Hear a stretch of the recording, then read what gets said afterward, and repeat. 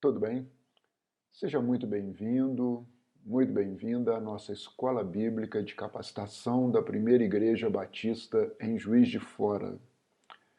O meu nome é Paulo Henrique Silva e estou caminhando com você no livro de Atos, Atos dos Apóstolos, Atos do Espírito Santo. Se você quer conhecer todas as aulas desta série de estudos, é só apontar a câmera do seu celular para o QR Code que está logo aqui no canto do seu vídeo. Também você pode acessar outros estudos bíblicos de temas variados que vão ajudá-lo para que você conheça e continue a conhecer a palavra do nosso Deus. Esses estudos estão disponíveis para você também no YouTube, a partir do QR Code também aqui no cantinho da sua tela.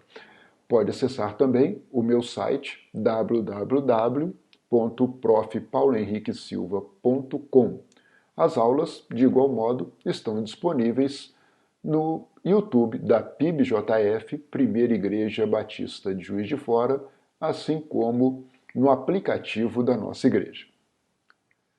Atos dos Apóstolos, o Espírito Santo e a expansão da igreja. Então aqui temos o tema do nosso estudo, temos aqui aquilo que tem nos direcionado, norteado no estudo do livro de Atos. A ação do Espírito Santo, o poder que provém do Espírito Santo de Deus e como isto resultou na expansão da igreja no primeiro século. Estamos falando aí na igreja lá em Jerusalém, em Samaria, toda a Judéia e até os confins da terra. Não é assim? Atos 1:8. Essa é a nossa divisa, esse é o nosso versículo. Você já sabe esse versículo de cor? Importante, hein? Gostaria que você soubesse esse versículo e conseguisse repeti-lo, né? Sem ler aqui no slide, mas você conseguisse falá-lo de cor, de coração. Mas recebereis poder, ao descer sobre vós o Espírito Santo, e serão minhas testemunhas, tanto em Jerusalém, como em toda a Judéia, Samaria e até os confins da terra. Atos 1:8, a expansão da igreja no poder do Espírito Santo para sermos testemunhas de Jesus. Bom, onde estamos? Terceira viagem missionária, não é assim? Então, terceira viagem missionária, estamos estudando capítulo 18, concluímos, estamos no capítulo 19 e vamos até o capítulo 21 do livro de Atos com a terceira viagem missionária. A partir do 21 até o final do livro, até Atos 28, a viagem para Roma. Então vamos viajar? Vamos fazer missões até os confins da terra? Vamos lá. Recapitulando da nossa última aula, terceira viagem missionária, Paulo em Éfeso, ok? Então está aí a cidade de Éfeso em destaque para você, a capital da Ásia Menor. Mas alguns daqueles que ouviam a Paulo, se endureceram seus corações e se recusaram a crer. E começaram a falar mal do caminho, daqueles do caminho, falar mal dos seguidores de Jesus, que assim eram conhecidos na época, diante da multidão, em Éfeso. Paulo, então, afastou-se deles. Tomando consigo os discípulos, passou a ensinar diariamente na escola de Tirano. Foi assim que terminamos a nossa última aula, Paulo passando a ensinar em uma escola, em um auditório, deste tirano, deste possivelmente um intelectual da época, um filósofo da época, um mestre que ensinava em uma escola e durante um período do dia cedia esta escola para que Paulo pudesse ensinar. Supõe os estudiosos que isso seria no horário mais quente do dia, entre talvez 11 da manhã e 4 da tarde. E este horário em que a escola estaria fechada pelas condições, Paulo aproveitava aquele espaço e ensinava a palavra de Deus. Uma escola bíblica com Paulo, mas não uma escola bíblica dominical, uma escola bíblica diária com Paulo. Hein? Muito interessante, isto causou impacto naquela cidade, diariamente na escola de Tirano. Pois bem, então adiante agora. Isto continuou por 2 anos, hein?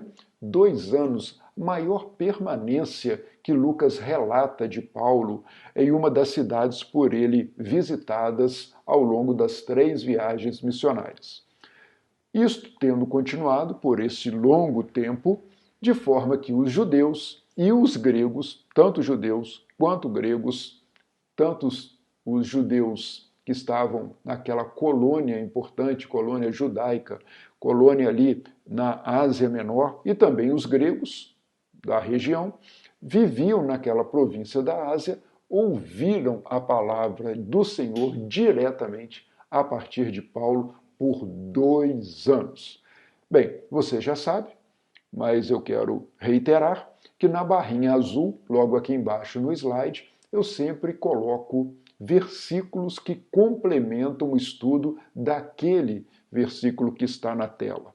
Portanto, sempre ao longo da semana, estude, volte nessa aula, reveja tudo aquilo que vem sendo transmitido a você acerca da palavra do Senhor e complemente, enriqueça o seu estudo com os versículos que eu sugiro aqui embaixo. Faça isso, hein? Siga a minha orientação, vai ser importante para o seu crescimento espiritual na palavra de Deus. Bom, então algumas datas estão sendo colocadas e também alguns tempos. Vamos tentar resumir tudo isso? Paulo em Éfeso. Uma menção, 3 meses ensinando na sinagoga. Atos 19, 8. Bom, isso foi bem mais tempo do que em Tessalônica, não é? 3 sábados ensinando na sinagoga em Tessalônica. Em Éfeso, não. Já tem menção a 3 meses ensinando. Bom, na sequência, 2 anos, Atos 19, 10, 2 anos, Paulo ensinando diariamente na escola de Tirano. Então, 3 meses na sinagoga, 2 anos na escola de Tirano, vamos fazendo as contas. Quando chegarmos em Atos 20, 21, veremos que Lucas relata 3 anos em Éfeso. 3 anos em Éfeso. Então, lápis e papel na mão, vamos somar. 3 meses, mais 2 anos, 3 anos. Não, peraí. 3 meses mais 2 anos, 3 anos. Essa conta, bem, por que Lucas diz 3 anos logo adiante, sendo que os relatos anteriores eram de 3 meses e 2 anos? Muitas pessoas que ainda não têm um pleno entendimento, né, por parte do Espírito, da palavra de Deus, ou até mesmo não têm um conhecimento específico sobre os costumes daquela época, começam, inconsequentemente e sem fundamentação, a refutar a palavra de Deus. Vejam, tem um erro aqui. Nada disso. Você bem sabe, né, da forma com que os judeus consideravam o tempo. Qualquer parte de um dia equivalia a um dia inteiro. Qualquer parte de um mês seria tomado como um mês inteiro. Em qualquer parte de um ano é tomado como um ano inteiro. Então, muito provavelmente, Lucas não está ali somando detalhadamente dia a dia, mês a mês, mas está fazendo uso desta forma que os judeus usualmente se referiam à contagem do tempo. Portanto, 2 anos e 3 meses, 2 anos e meio, tal como 3 anos. Passou de 2 anos, já conta como sendo 3 anos. Então não há equívoco algum, as contagens fazem todo sentido, nos dão uma ideia muito interessante, com uma razoável acuidade, sobre o estender de Paulo naquela cidade, sobre a sua estada, primeiro na sinagoga, pregando aos judeus, depois na escola de Tirano, pregando a palavra aos judeus e também aos gregos, e isto se estendendo por um período aí entre 2 e 3 anos. Feita esta menção, estamos agora posicionados na Ásia, não é isso? Então, aí a província romana da Ásia, uma província extremamente importante, você observa a posição em relação ao Mediterrâneo, também em relação à costa leste do Império Romano e também em relação à costa oeste do Império Romano, onde estava a cidade de Roma, né? Os limites ali do Império. Estes eram os confins da terra. E a Ásia estava bem ali ao centro, banhada pelo Mediterrâneo, um ponto estratégico de movimentação entre Oriente e Ocidente no primeiro século, no domínio do Império Romano para a Pax Romana, que se estendia por aquelas regiões. Deus fazia milagres extraordinários por meio de Paulo. Isto era constatado, de modo até que lenços e aventais que Paulo usava eram levados e colocados sobre os enfermos. Estes eram então curados de suas doenças e os espíritos malignos saíam deles. Milagres extraordinários eram realizados por Deus, pelo Espírito Santo, no poder do Espírito Santo, por intermédio, vejam, não era Paulo que fazia os milagres, mas por intermédio de Paulo, esses milagres aconteciam. E até mesmo lenços e aventais. Por que lenços e aventais? Bom, lenços talvez para se proteger do sol causticante, o sol forte daquela região do Mediterrâneo. Por que aventais? Você se recorda que Paulo era um fazedor de tendas? Talvez seja isto, uma proteção, ou até mesmo no sentido da sua veste. Né? Aqui esteja aventais representando a sua própria veste. E, inclusive, o Espírito Santo de Deus usa a instrumentalidade que lhe bem prouver. Né? E, inclusive, estes objetos, estas roupas, emanavam o poder de Deus. E as pessoas eram curadas de suas mazelas, curadas de suas patologias, das suas doenças físicas, e os espíritos malignos eram expulsos das pessoas pelo Espírito Santo de Deus, a partir do intermédio de Paulo e até mesmo de suas vestes. Confira lá em Atos 8:13 e Atos 5:15. Alguns judeus que andavam expulsando espíritos malignos tentaram invocar o nome do Senhor Jesus sobre os endemoniados, dizendo: em nome de Jesus, a quem Paulo prega, eu lhes ordeno que saiam. Note bem que atitude, hein? Judeus supostamente capazes de expulsar demônios para, de alguma maneira, aumentar o seu poder, de alguma maneira tornar-se mais premente, visível perante a multidão, visível durante aqueles atos públicos de expulsão de demônios, eles resolveram agir tal como lhes parecia que Paulo agia. E invocavam o nome de Jesus sem reconhecerem o soberanio de Jesus sobre suas vidas, sem reconhecerem que Jesus é Deus, que Jesus é o Senhor. Faziam isso como se estivessem repetindo um encantamento, como se essas palavras em nome de Jesus fosse algum tipo de mantra ou de encantamento que Paulo lançava a mão para fazer tais milagres perante o povo. Mas isso não é assim. Essa narrativa nos mostra como é perigoso usar o nome de Deus em vão, de maneira imprópria, que não seja para a glória de Deus. E faziam isto e se arriscavam desta forma. Compare com Atos 8:9 e com Marcos 12:27. Os que estavam fazendo isto expulsando demônios supostamente no nome de Jesus, a quem Paulo pregava, não eles, hein? A quem Paulo pregava. Quem estava fazendo isso eram os 7 filhos de Cefa. Cefa era um dos chefes dos sacerdotes dos judeus. Então tinha o conhecimento das Escrituras, tinha o conhecimento da vinda dos Messias, tinha conhecimento que o nome de Deus não poderia ser invocado em vão, mas ainda assim eles faziam. Vide Lucas 11:43 e Atos 18:17. Pois bem, situando esta situação para você, no tempo em que isso se passava, um certo dia, o espírito maligno que estava atormentando um homem lhes respondeu: Jesus eu conheço. Que declaração, hein? Que declaração daquele demônio que conhece a Jesus. Veja Lucas 4, 33, 34. Não perca esses versículos aqui embaixo, não. Compare com Marcos 3, 11. Abra sua Bíblia, busque estes versículos. O demônio disse: Jesus, eu conheço. Paulo, conheço também.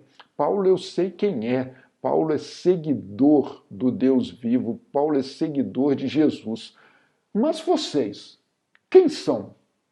Não os reconheço. Não reconheço a autoridade de vocês, não reconheço o poder de Deus sobre vocês. Esse poder está sobre Paulo, mas esse poder não está sobre vocês. Veja que o demônio não se deixou levar por aquelas palavras ditas de maneira vã, vazia, esvaziada de poder.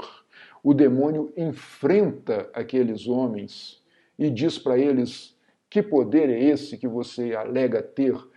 Esse poder é de Jesus, esse poder eu vejo em Paulo, mas não reconheço em vocês. Diante de mim, todo joelho se dobrará. Junto a mim, toda língua jurará. Assim diz o Senhor. Isaías 45, 23. Todo joelho se dobrará. Toda língua confessará o nome do nosso Deus. E os demônios, naquela oportunidade, confessaram o nome de Jesus, entenderam que aquele era o Filho de Deus, se amedrontavam, se espantavam. Você viu as referências de Jesus expulsando os demônios, dos demônios reconhecendo que ele é o Filho de Deus, mas o poder do Espírito Santo que foi dado a partir da ascensão de Jesus, da volta de Jesus aos céus, e aquele Espírito Santo que desceu em Pentecostes, que estava sobre os apóstolos e os discípulos, não estava sobre aqueles homens. E eles não tinham poder sobre os demônios. Eles mesmos, aqueles próprios homens, não haviam dobrado os seus joelhos perante Jesus. Mas haveria o dia que isto aconteceria. E o que houve? O endemoniado, aquele homem possesso pelo espírito maligno, saltou sobre os filhos de Cefas e os dominou. Sobre os filhos, um homem endemoniado saltou sobre os filhos de Cefas, espancando-os com tamanha violência. Vejam, apenas um homem, que eles fugiram da casa, nus e feridos, rasgou-lhes as roupas e imputou-lhes ferimentos físicos. Um homem endemoniado, aquele demônio não conheceu o poder do Espírito Santo de Deus sobre aqueles judeus que supostamente invocavam Jesus. Veja Marcos 1:26 e Marcos 5, de 2 até 4. Acompanhem bem esse trechinho, 5, de 2 a 4, no livro de Marcos, relevante, significativo para o seu entendimento deste versículo. Quando isso se tornou conhecido de todos os judeus e gregos que viviam em Éfeso, muitos deles já estudavam até na escola de Tirano com Paulo, tinham conhecimento ou sabia de alguém que seguia a Paulo, todos eles foram tomados de temor, tomados de respeito, de consideração sobre o que estava acontecendo ali. Viram que era uma demonstração clara do poder de Deus por meio de Paulo, por meio dos seus discípulos e não por qualquer homem. E o nome do Senhor Jesus era engrandecido. Uma condição como essa, de tamanha violência a partir de um homem possesso, acabou resultando no engrandecimento do nome de Jesus. Então nós devemos estar atentos para que todas as coisas sejam para o engrandecimento do nome do nosso Deus. Veja Atos 18, 19 e 5, 5, para o engrandecimento, para a glória do nome do nosso Deus. Você conhece o Cântico de Maria? Então disse Maria, mãe de Jesus: minha alma engrandece ao Senhor, e o meu espírito se alegra em Deus, meu Salvador. A minha alma engrandece ao Senhor, hein? Engrandece o nome do Senhor. E o espírito de Maria se alegrava em Deus, o seu Salvador, o nosso Salvador, que está em Jesus. Então, que tenhamos o mesmo cântico de Maria, que a nossa alma engrandeça o nome do Senhor e que o nosso espírito se alegre, independente das contingências, da sorte, da fortuna, das circunstâncias, se engrandeça, se alegre em Deus, meu Salvador. A nossa alegria tem um nome, a nossa alegria é uma pessoa, a nossa alegria é Jesus. Novamente direi, alegre-se, alegre-se no nome de Jesus. Prosseguindo o relato, Lucas agora vem pautar para nós as condições que vieram a seguir, a partir desta circunstância. Muitos dos que creram vinham e confessavam e declaravam abertamente as suas más obras. Estamos falando de Éfeso, uma cidade estratégica, cosmopolita, uma cidade comercial. E o comércio, muito pujante, passagem de muitas pessoas, acabava concedendo tolerâncias aos costumes. E muitos costumes eram maus. E o paganismo, e a idolatria, e o culto aos falsos deuses, tudo isto acontecendo, e obras das trevas, e muitos dos que passaram a crer reconheceram e confessaram que praticavam boas obras. Agora se arrependeram, largaram essas más obras, que praticavam más obras, que agora eles largaram, que agora eles se arrependeram e declaravam publicamente isto. Um verdadeiro arrependimento. Primeiro passo, o arrependimento, confissão dos pecados, deixar os pecados, ter uma mente transformada pelo poder do Espírito Santo, mudança de vida, poder do Espírito Santo sobre aquelas pessoas. E elas não só deixavam as suas más obras, mas elas também confessavam estas más obras, se arrependiam e mudavam, transformavam as suas vidas pela renovação do entendimento, agora a partir do Espírito Santo que se manifestava em suas vidas. Atos 4, 4. Jeremias, volte lá no Antigo Testamento 25, 5. Deixo aqui mais um versículo de Isaías, esse livro que eu tanto amo da palavra de Deus, 1,16. Lavem-se, lavem-se, removam as suas más obras para longe da minha vista. Parem de fazer o mal. Parem de fazer o mal. Lavem-se. Agora sejam lavados no poder do sangue do Cordeiro. Remova suas obras más para longe de mim. Parem de fazer o mal. Tenham uma vida nova em Cristo Jesus. Uma vida transformada no poder do Espírito Santo, que é derramado sobre cada um de nós que confessamos que Jesus é o nosso Senhor, o nosso Salvador. 19:19. Grande número dos que tinham praticado ocultismo reuniram seus livros e os queimaram publicamente. Que atitude importante, hein? Deixaram as más obras, reuniram tudo que era idolatria, tudo que era ocultismo, ciências ocultas, encantamentos, feitiçarias, não deixaram nada disso em suas casas. Não deixaram nada de idolatria, nada de feitiçaria, nada de encantamento, nada de livros maus. Retiraram tudo das suas casas e queimaram publicamente. Publicamente. Que atitude! Que atitude!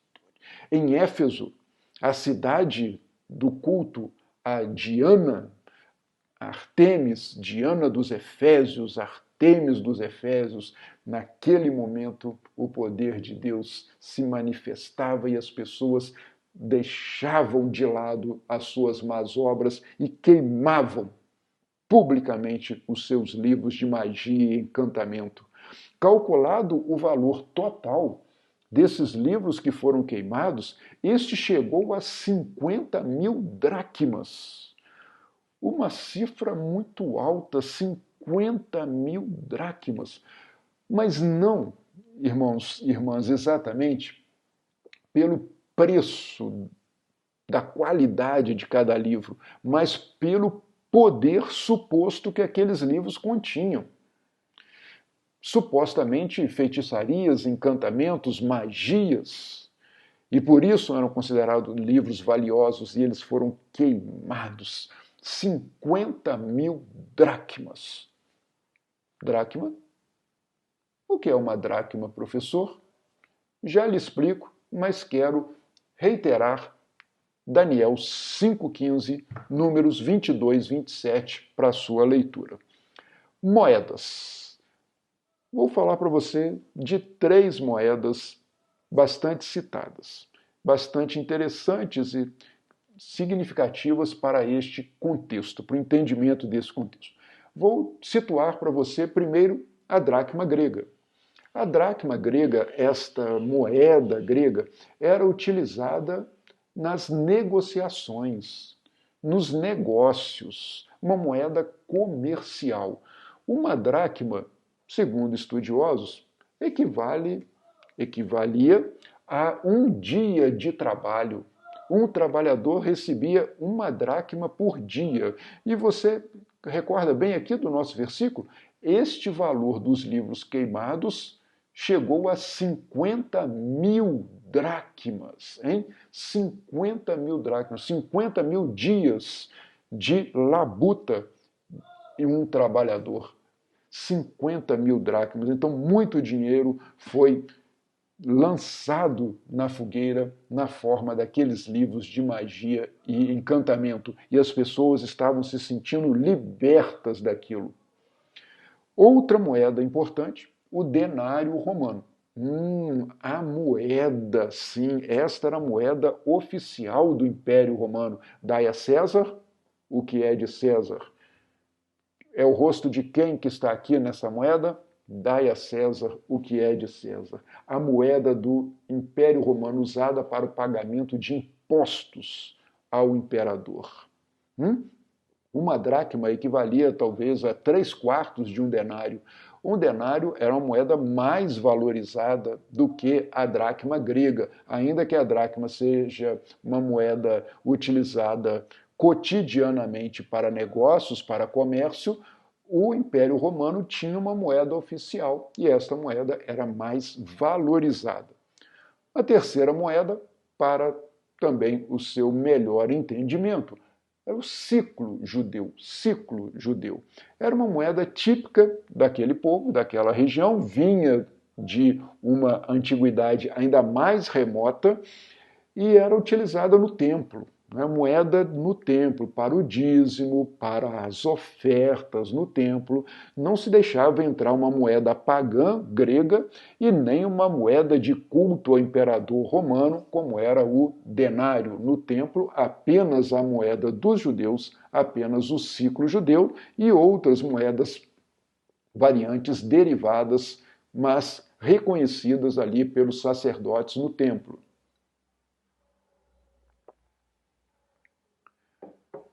Creio que esse panorama já colabora para o seu melhor entendimento e também para apreciar o montante do dinheiro que estava envolvido naquela cidade de Éfeso com a idolatria, com o culto aos falsos deuses, com feitiçarias, com magia, com ocultismo. Então, este foi um primeiro impacto, a queima dos livros de magia. Haverá outro. Continue comigo nos próximos estudos. Um passo adiante, 19, 20. Dessa maneira, a palavra do Senhor muito se difundia e também se fortalecia. Não apenas se difundia porque estas condições que se sucederam, elas acabaram tendo um impacto importante na sociedade. As pessoas comentavam sobre isso e chegava a partir de Éfeso, uma cidade de muita movimentação de pessoas, a pontos distantes do Império e, mais propriamente, em toda aquela região da Ásia Menor, as pessoas ouviram falar da palavra de Deus que se difundia e se difundia de maneira intensa, vigorosa, poderosa no Espírito Santo de Deus. Atos 13, 48 e 12, 24 são complementares. Depois dessas coisas, depois disso ter acontecido, Paulo decidiu, em oração, decidiu no Espírito ir a Jerusalém. Preciso voltar a Jerusalém, mas vou passar pela Macedônia e pela Acaia. Bom, daqui a pouquinho eu te mostro no mapa esse passar pela Macedônia e pela Acaia. Ele dizia, depois de haver estado ali, é necessário também que eu vá visitar Roma. Então, Paulo, na segunda viagem missionária, esteve em Éfeso, capítulo 18, você acompanhou, passou por Éfeso muito rápido e disse, preciso voltar. Voltarei, se o Senhor assim permitir. Terceira viagem missionária, estamos agora, Paulo, de fato, retorna a Éfeso e permanece por um período aproximado de 3 anos em Éfeso, mas com a mente voltada a Jerusalém, para os pobres da igreja em Jerusalém e também voltada para a capital do Império Romano. Então, Jerusalém e Roma. Éfeso, capital da Ásia Menor, no coração, ali no centro geográfico do Império Romano. 3 anos de trabalho. Mas preciso ir a Jerusalém. E, na sequência, tenho que ir até Roma, visão estratégica, missionária, em oração, no Espírito, deixando-se conduzir pelo Espírito Santo de Deus. Romanos 15, 25 e Romanos 1, 7, aqueles que estão em Roma. Faça a leitura desses versículos, isto vai enriquecer o seu conhecimento bíblico e também vai iluminar o seu coração. Vamos aos posicionamentos aqui, geográficos, nosso mapinha da terceira viagem missionária de Paulo, segundo os relatos agora, e também das intenções de Paulo em prosseguimento de viagem. Bom, então Paulo está onde? Bem ali em Éfeso, capital da Ásia Menor, e ele diz, quero ir a Jerusalém. Você vê Jerusalém logo aqui destacada também para você, logo no canto inferior direito. Quer ir a Jerusalém, passando pela Macedônia e Acaia. Não se passando. Macedônia e Acaia estão no sentido oposto, né? O vetor contrário à viagem para Jerusalém. Mas Paulo queria voltar em todas aquelas igrejas que ele havia plantado, que ele havia ajudado a edificar o corpo de Cristo naquelas regiões, consolar os irmãos, encorajá-los, corrigir doutrinas distintas da palavra de Deus, das boas novas que pudessem estar chegando aos ouvidos daqueles irmãos. Ele precisava exortar, corrigir na fé e passaria então pela Macedônia, passaria por Filipos, passaria por Tessalônica, por Bereia e chegaria até a Acaia, Atenas, Corinto, passaria por aquelas regiões, visitaria os irmãos ali e depois disso é que ele retornaria o seu trajeto em direção a Jerusalém. Agora sim, em direção a Jerusalém, você vai ver, observa bem aí no mapa, que ele retorna, não passa por Éfeso de novo, ele chega até Mileto, Mileto é bem próximo de Éfeso, e estando em Mileto, ele convoca os presbíteros, os irmãos de Éfeso, que se deslocam até Mileto para conversar com Paulo. Paulo não volta a Éfeso, ele segue para Jerusalém, mas em Mileto ele tem ali uma conversa muito importante com os presbíteros de Éfeso.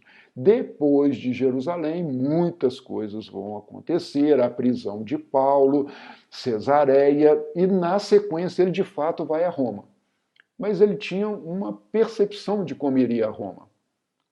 Tal como um missionário livre, ele acaba indo a Roma como um missionário preso pelo Império Romano, mas livre no poder do Espírito Santo. Chegaremos até lá, mas aqui você já consegue posicionar geograficamente e também o sentido aí da geopolítica daquela região durante esse período em que Paulo está fazendo planos para prosseguimento da sua jornada missionária. Bom, tendo descrito tudo isto para você, chegamos a 19:22. Paulo toma a seguinte atitude. Tendo em mente o prosseguimento da viagem, enviou a Macedônia 2 dos seus auxiliares, Timóteo, meu querido filho na fé, e Erasto. Erasto, uma figura muito importante, você vai acompanhar isso, né? Sobre Erasto comigo, vamos falar mais. Administrador em Corinto, um homem importante na cidade de Corinto, 2 valorosos companheiros de missão de Paulo. Ele enviou a Macedônia à frente, mas permaneceu um pouco mais na província da Ásia. Note bem, na província da Ásia. Outras igrejas da província da Ásia, outras cidades da província da Ásia se beneficiaram com a presença de Paulo naquela região. Não somente Éfeso, mas também em outras cidades próximas, cidades importantes do Império Romano e do cristianismo ali na região da Ásia Menor. Paulo encaminha primeiro os seus companheiros de viagem em direção à Macedônia, ele irá na sequência, mas decide ficar mais um pouco naquela região. E o que aconteceu enquanto Paulo permanecia naquela região? Este mais um pouco, na verdade, esconde muitas situações que aconteceram. Tem algo importante para que você se aprofunde na permanência de Paulo na região da Ásia Menor. Fatos relevantes para o crescimento da igreja, para o engrandecimento do nome do Senhor ocorreram. Paulo não ficou ali na Ásia Menor à toa, ele já poderia ter ido. Ele poderia ter seguido com seus colegas missionários, mas ele resolve ficar. Ele resolve amparar os irmãos naquela região. Ele consegue estar ali com eles e coisas maravilhosas aconteceram. Também turbulências, também tribulações, mas era importante que ele tivesse ficado. E ele ficou. Queria ir no espírito, mas ficou também no espírito um pouco mais de tempo na província da Ásia. Veremos na próxima aula. Na próxima aula, o que aconteceu durante esta permanência estendida de Paulo lá na província da Ásia, enquanto seus companheiros já se dirigiam à Macedônia. Aula de hoje, Paulo em Éfeso. Estude, ore, compartilhe. Vamos agradecer ao Senhor? Agradecemos, Senhor, porque estivemos juntos mais uma vez. Agradecemos porque reconhecemos o poder do Teu Espírito Santo e que a sabedoria que vem do alto, por meio do Teu Espírito, é que ilumina os nossos corações e que nos permite aplicar em nossas vidas, vidas transformadas a partir de Jesus. Obrigado, Senhor, porque temos o privilégio de estudar a Sua palavra. Que o Senhor lhe abençoe, lhe guarde, em nome de Jesus. Até a nossa próxima aula. Tchau.